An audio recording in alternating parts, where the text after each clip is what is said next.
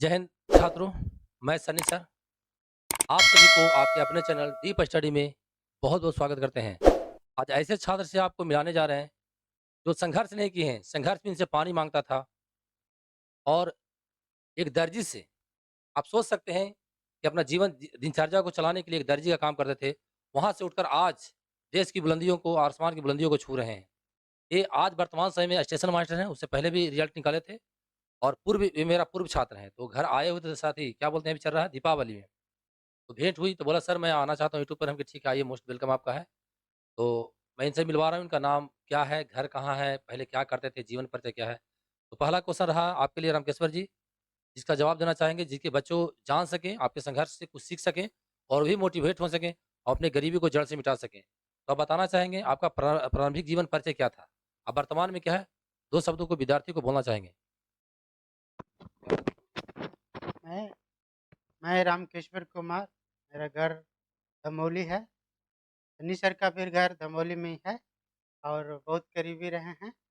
पहले बचपन में मैं पहले बचपन में छोटे थे, उसी टाइम सर पहले बिहार शरीफ पढ़ा करते थे और वहाँ से पढ़कर इस्लामपुर आए और यहाँ पे कंपटीशन का टीचिंग खोले। हम पहले पढ़ाई लगभग ना के बराबर करते थे, 9th 10th है 10th में कुछ भी नहीं जानते थे, समझिए मैथ के मामले में कुछ भी नहीं थे, ज़ीरो थे।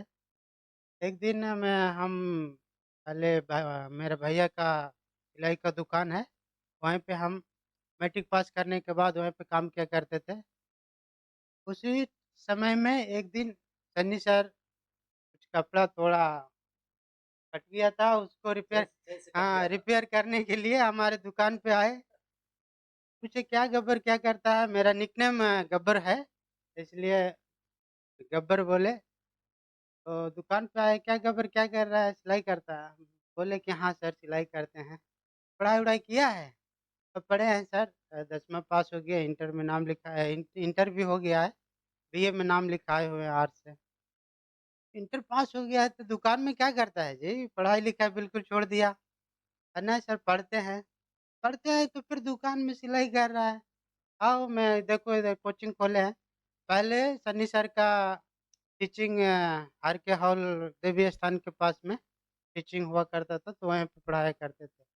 उसी टाइम से जब सन्नी सर हमको बोले, पढ़ने के लिए बोले तो हम उनके पास गए। जिस जिस दिन गए अपनी मैं अपना अंदर आत्मा से बोल रहा हूँ, जिस दिन गए, उस दिन से क्या हो गया बोल नहीं सकते, लेकिन जिस दिन गए उसी दिन से जो पढ़ाई में जो हमारी रुचि जागी, तब से पढ़ना स्टार्ट किए। हमको पढ़ाई में इतना दिल लग गया कि लगभग उसी समय ग्रुप डी का बहाली आया हुआ था, लगभग 6 महीने के बाद आया था। साल भर के अंदर में हमारा ग्रुप डी का रिज़ल्ट हो गया। तो हम इस बात से बहुत खुश हुए कि भाई सन्नी सर पढ़ाने में उस चीज़ में हैं, सक्षम हैं कि जिस लड़का को पढ़ाएँगे, उसको अव्वल तक पहुँचा देंगे। अपना जहाँ मंज़िल है, जहाँ तक पहुँचाने का पूरा प्रयास करेंगे। और इस बात से हम बहुत संतुष्ट हैं और आज भी हमको पढ़ने का बहुत दिल करता है और बहुत पढ़ते भी हैं, लेकिन समय के अभाव में थोड़ी कम हो जाती है, ऐसे यही है। इसने गब्बर ने बताया कि सनी सर पहले बिहार से पढ़ते थे, उसके बाद मैंने कोचिंग खोला इस्लामपुर में और मेरे पास मजबूरी में मैं भी खोला था। मैं भी गरीब छात्र था और बिहार से पढ़ाने का खर्च नहीं, पापा ने बोल दिया था कि बेटा अब हमसे नहीं होगा। तो मैंने कोचिंग खोला था इस्लामपुर अपना मार्केट में ही।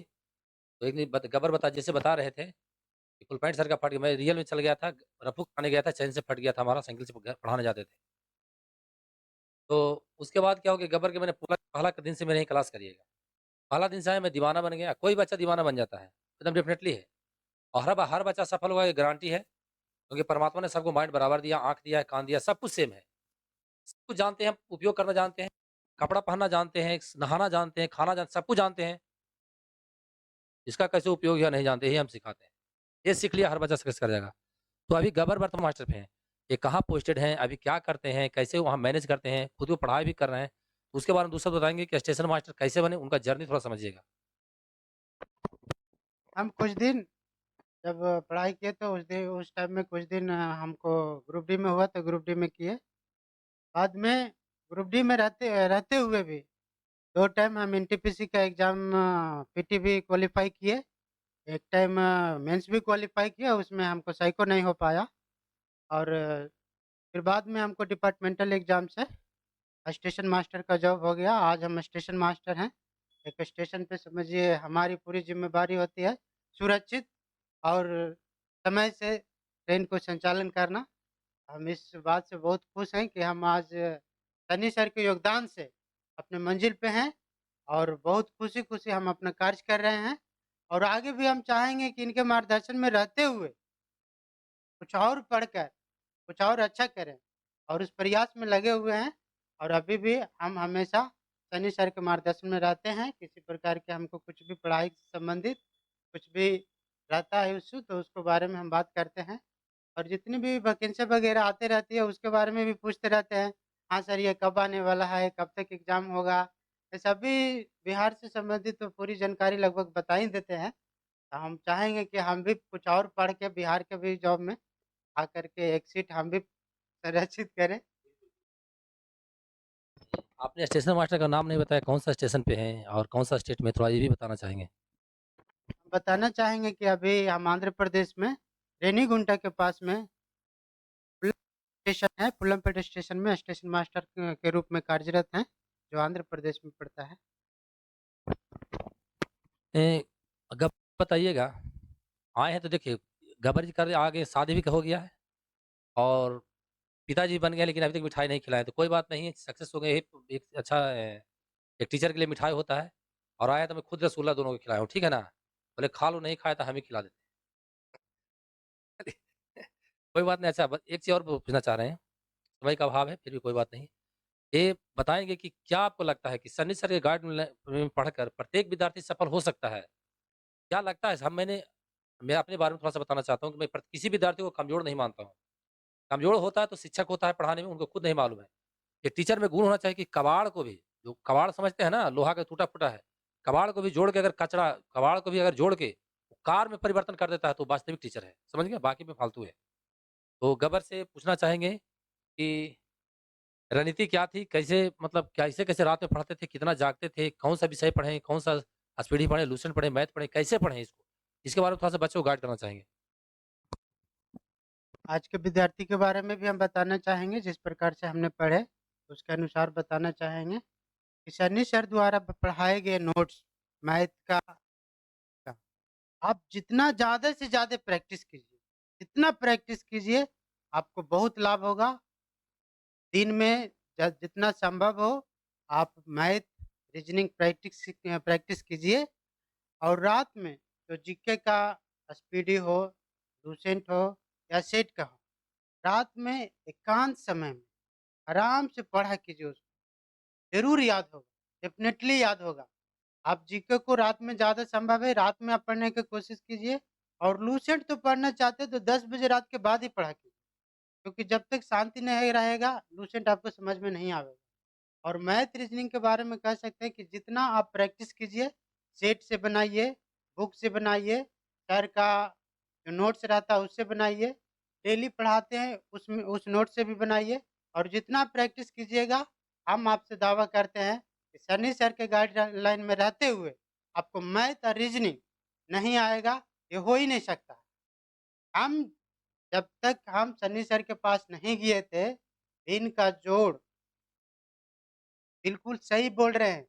भिन्न का जोड़ भी हम पूरी तरीक़ा से नहीं बता सकते थे, लेकिन आज हम दूसरे को पढ़ा सकते हैं, इतना हम जानते हैं। फिर भी हम जॉब कर रहे हैं इसलिए नहीं पढ़ा पाते हैं, लेकिन हम आज मैथ और रीज़निंग हम खुद भी पढ़ा सकते हैं। और जहाँ तक संभव होता है घर पे आते हैं तो मेरे घर पे जो लड़कन है पढ़ता है, उसको बता दिया करते हैं। लेकिन हम आज बता रहे हैं कि जिस विद्यार्थी जो सन्नी सर के पास पढ़ लेगा, मैथ रीज़निंग के लिए टेंशन नहीं है उसको। आप शॉर्ट से शॉर्ट तरीका में बना सकते हैं, लॉन्ग तरीका में बना सकते हैं, एक तरीका से नहीं 2-3 तरीके से बना सकते हैं मैथ को और उसको एग्ज़ाम में तो आप देखते के साथ आंसर कर सकते हैं। बस एक ही चीज़ करना है, सन्नी सर जो बोलते हैं, जो कहते हैं, उस पे ध्यान दिया कीजिए। उस पे मेहनत किया कीजिए। आप मेहनत कीजिएगा, आपको देखते-देखते आपको रिज़ल्ट आना स्टार्ट हो जाएगा। आपको एक टाइम विश्वास नहीं होगा कि यार इतना जल्दी रिज़ल्ट कैसे हो गया मेरा? लेकिन होता है। आप जो मेहनत कर रहे हैं उसके अनुसार आपका रिज़ल्ट होगा, ज़रूर होगा।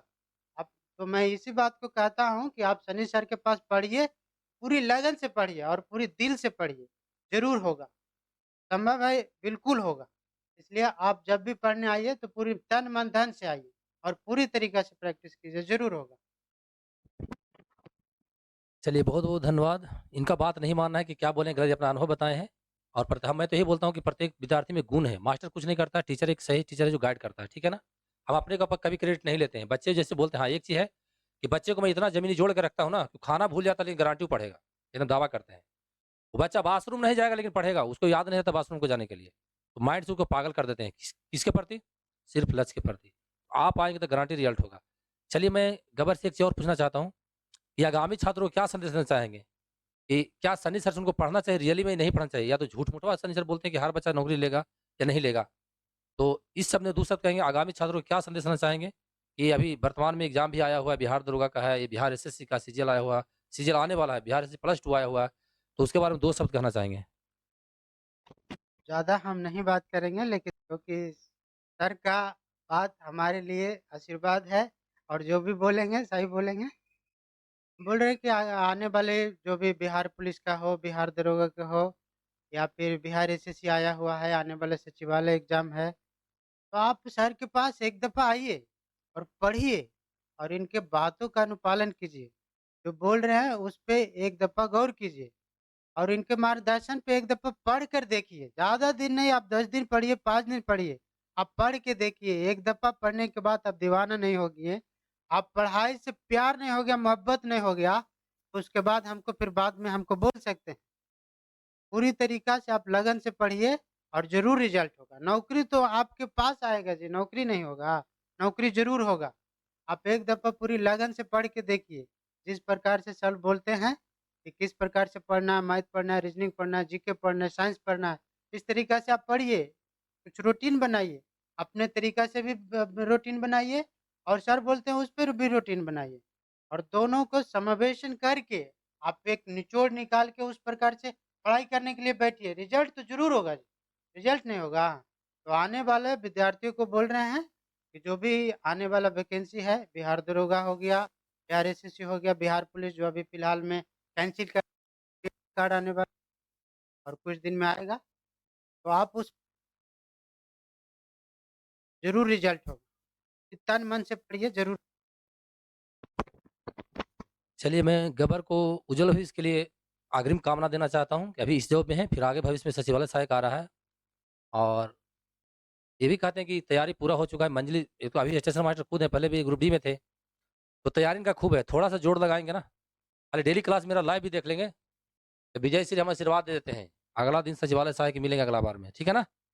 तो हम कहते हैं कि मेरे गार्डन में अभी पढ़ रहे हैं, घर पे पढ़ते हैं, लेकिन बोल रहे हैं रेगुलर नहीं रहते, रेगुलर रहिए और लाइव हम आ ही रहे हैं, लाइव डेली जुड़िए, ठीक है? मैं इनके उज्जवल भविष्य की कामना करते हुए मैं वाणी को समाप्त करता हूँ। जय हिंद।